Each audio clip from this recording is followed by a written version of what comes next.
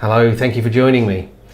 In my last video, I took you out on an early morning shoot to the Tamarit Watchtower in Santa Pola, and I showed you how I captured these three images.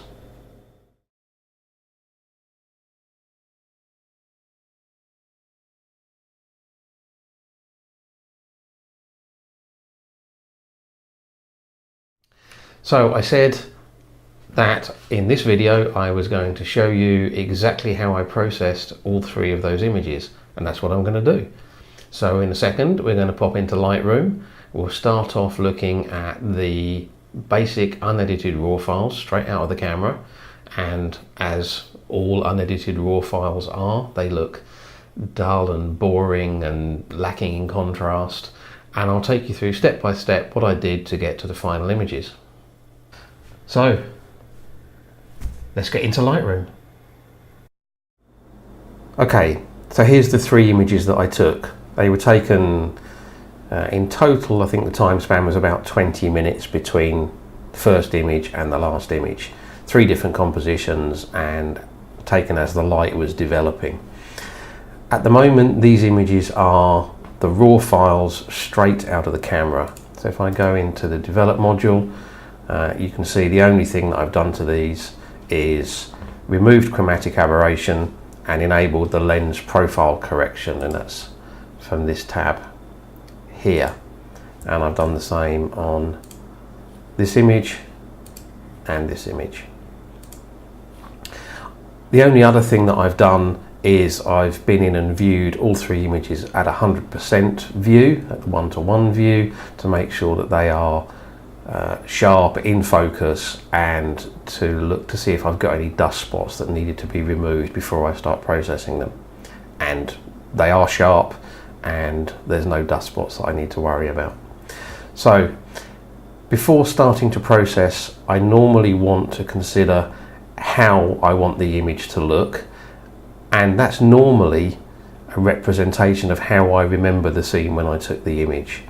So looking at this first image, when I took this, it was the scene was actually really quite dark and contrasty.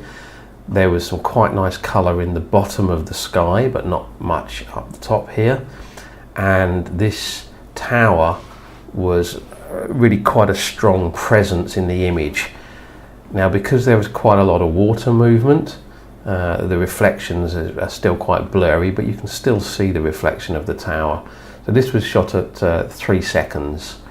I didn't use an ND filter for this. I'd used an ND grad, two-stop ND grad for the sky, but that doesn't put any kind of color cast on it. And I also had a polarizer on there, circular polarizer filter on there, and that also doesn't put any color cast on.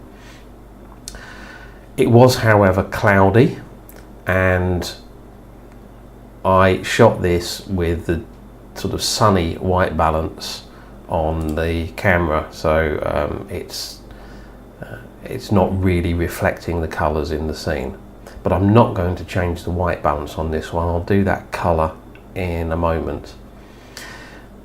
I want the scene to look darker and more contrasty, so what I'm actually going to start off by doing is just actually pulling the exposure back, probably half a stop, 0.6 of a stop, and then I'm going to bring the white point up. I'm going to hold down the Alt key, that'd be the Option key on a PC, and just drag it across so I can see when it's starting to clip, and then pull it back. I'm going to do the same with the black point, so holding down the Alt key and just waiting to see when it clips. And then I'm going to lift the shadows probably a fair bit, and because this section here looks a bit too bright, I'm just going to bring the highlights down until that starts to look better. I'm going to apply a bit of vibrance, not too much, probably about there, and a little bit of saturation to the scene. Now, as I said, this was shot on a cloudy day, but the white balance wasn't set for cloudy. I could of course change the white balance, but I don't actually like the effect that that gives. What I prefer to do is actually use the split toning tool, and what I'm going to do is just move it sort of a little bit off of pure reds, more towards oranges, and then just dial in a bit of saturation, which you can see is just putting the colour back into the sky there. Don't want to go too far because it won't look right. That's probably about as much as I need.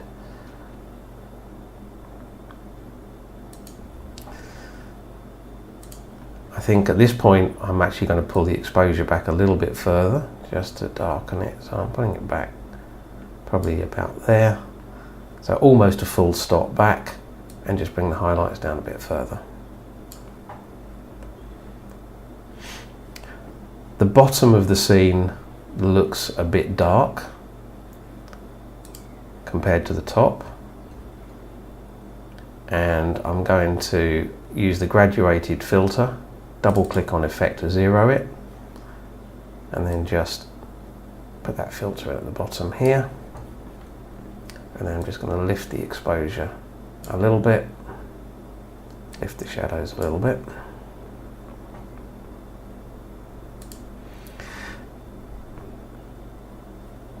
The tower doesn't look quite as strong. It was actually getting light, a little bit of light on this side, and you can probably see this side is a bit brighter than this side, and I want to bring that out, so I'm going to use the brush tool, okay, and to zero any effect. I've got it set at 100% feather, the flow is at 50, and I've got auto masking turned on. I'm going to put in a bit of warmth, a little bit of exposure, a little bit of clarity, and a little bit of saturation, and I'm going to paint that side of the tower in, probably going over it a few times just because I've got that flow turned down. So just painting that side in, and I'm going to do the same on the reflection down here, just painting it in just so that it pops out a little bit more.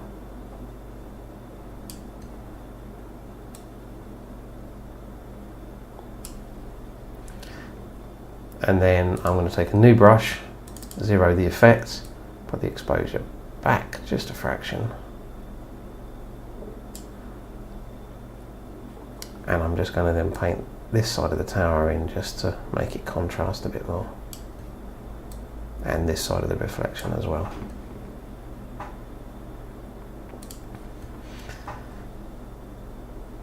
I think the scene could probably take a little bit of extra contrast,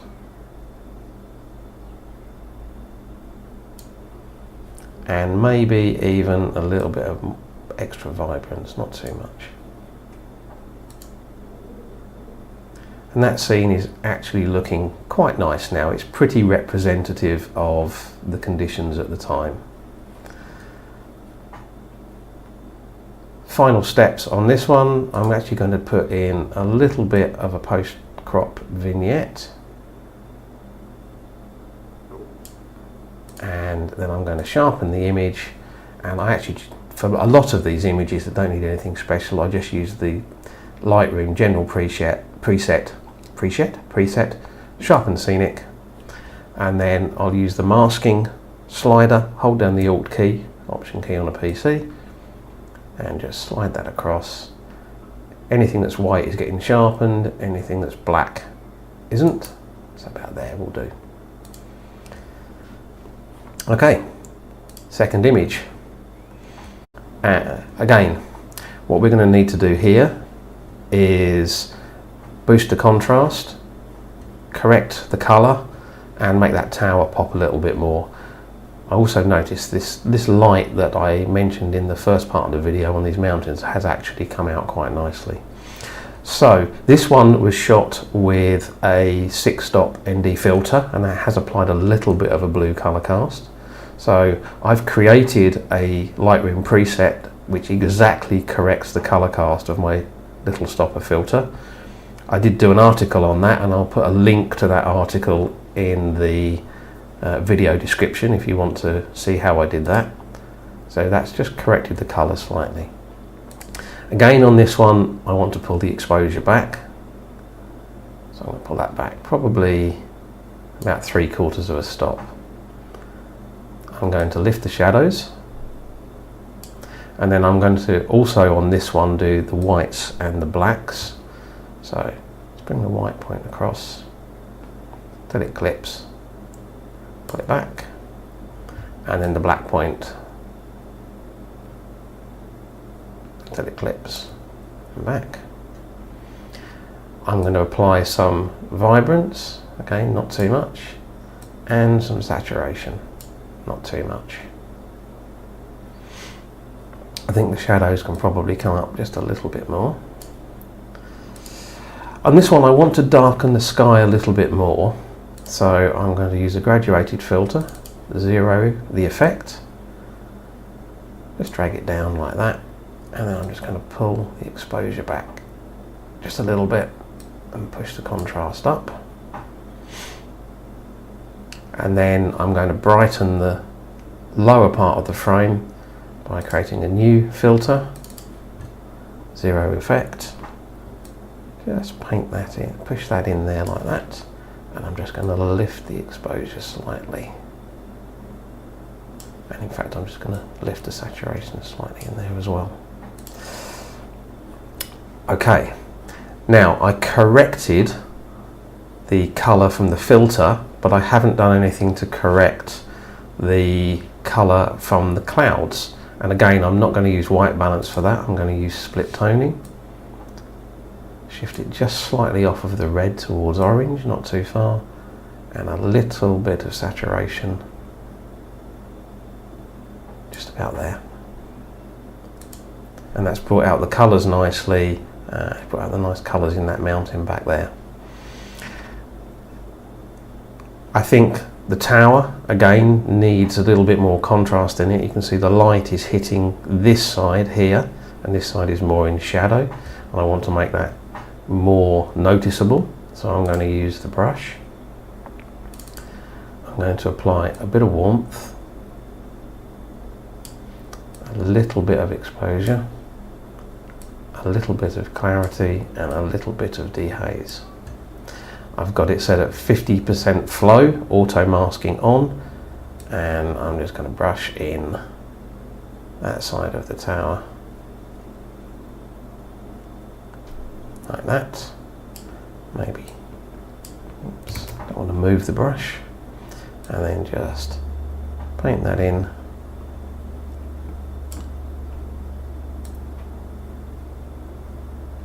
Makes that pop just a little bit more. It could potentially do a little bit of magenta in there as well. And then I'm going to do the same on the reflection down here, just paint that in so that it just pops a little bit more.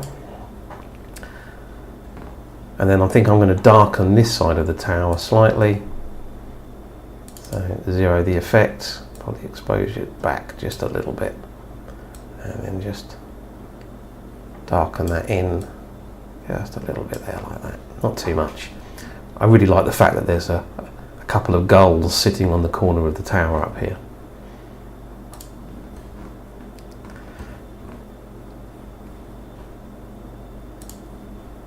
I think I might just bring the whites up a fraction more, and then I'm going to apply a little post-crop vignette.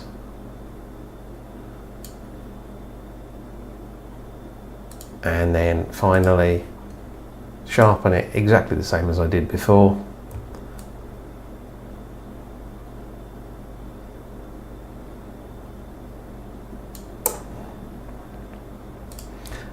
And that one's done. Final image. Now this one looks completely washed out, but that's because I exposed well to the right, and actually just bringing the exposure back on this is going to make a huge difference. So let's do that now. I'm going to bring the exposure back quite a long way, probably, or yeah, all the way back, about 1.7 stops. I'm going to apply my little stopper white balance because this was shot with the little stopper. and you can see that's warmed it very slightly. I'm going to bring the highlights back a bit, lift the shadows a bit overall, and then I'm going to do my white point, but this time I'm not going to go too far across, because if I go too far it's going to make that tower far too bright. And then I'm going to do the blacks, and this time I'll just check to make sure it's not clipping.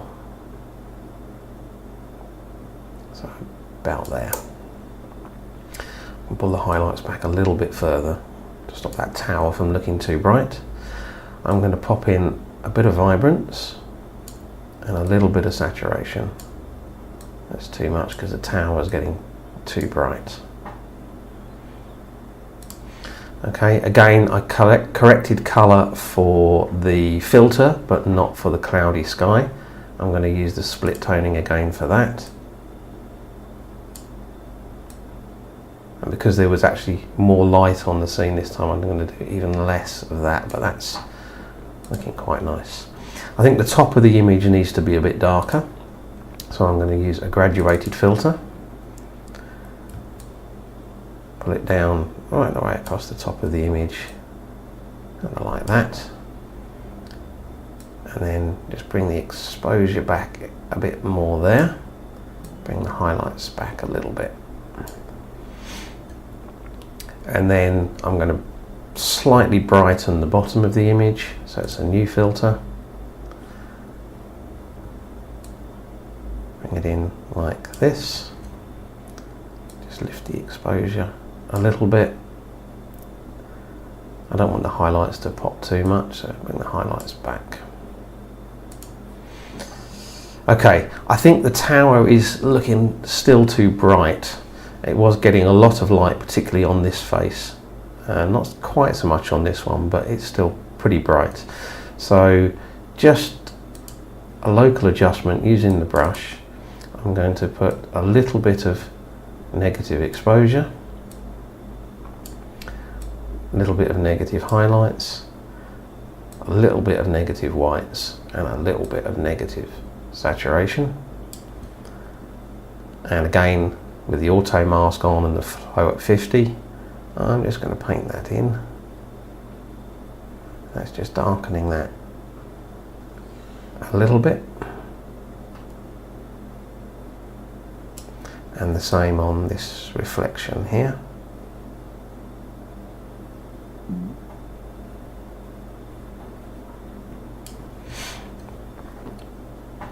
Let's just check how the mask is looking, so I need to spread it around a little bit more. More in here, like this.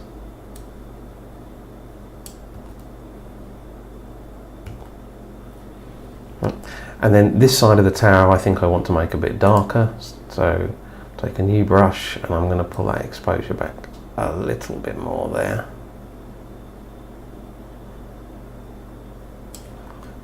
And I'm just going to paint this side of the tower a little bit darker. A little bit darker there.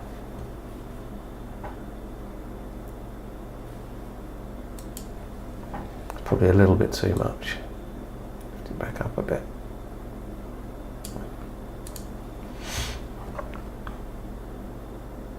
Okay, then post-crop vignette again, just probably about there.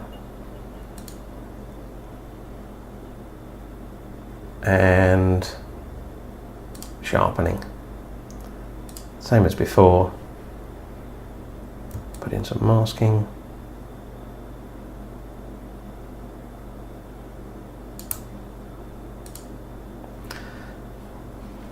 And that's it. Job done. Let's have a look at the images now in full screen. So that was the final image, the middle image, and the first image. And I think that's the processing finished.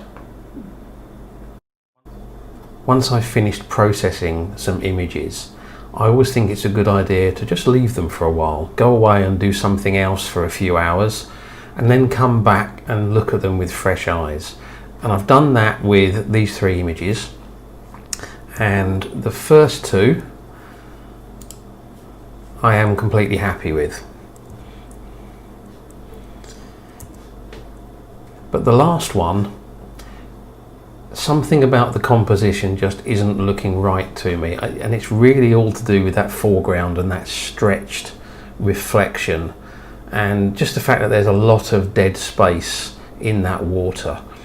And what I think I'm going to do with this is I am going to crop it, and all I'm going to do is crop it to a 16:9, and then I'm going to move that all the way to the top, and that really puts the focus on that beautiful sky and the tower.